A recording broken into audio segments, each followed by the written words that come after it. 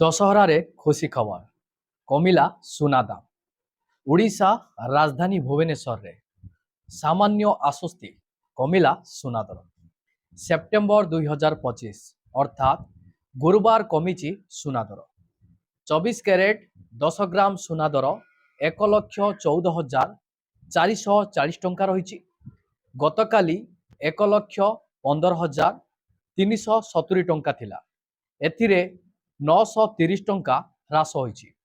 22 carat 10 ଗ୍ରାମ ସୁନା ଦାମ 1,04,900 ଟଙ୍କା ରହିଛି। ଗତକାଲି 1,05,750 ଟଙ୍କା ଥିଲା। ଏଥିରେ 850 ଟଙ୍କା ହ୍ରାସ ହୋଇଛି। ସେହିପରି 18 କ୍ୟାରେଟ୍ 10 ଗ୍ରାମ ସୁନା ଦର 85,830 ଟଙ୍କା ରହିଛି।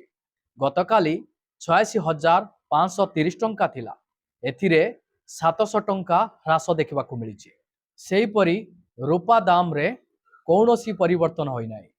100 ଗ୍ରାମ ରୂପା ଦାମ 15,000 ଟଙ୍କା ରହିଛି। ଗତକାଲି ମଧ୍ୟ 15,000 ଟଙ୍କା ଥିଲା।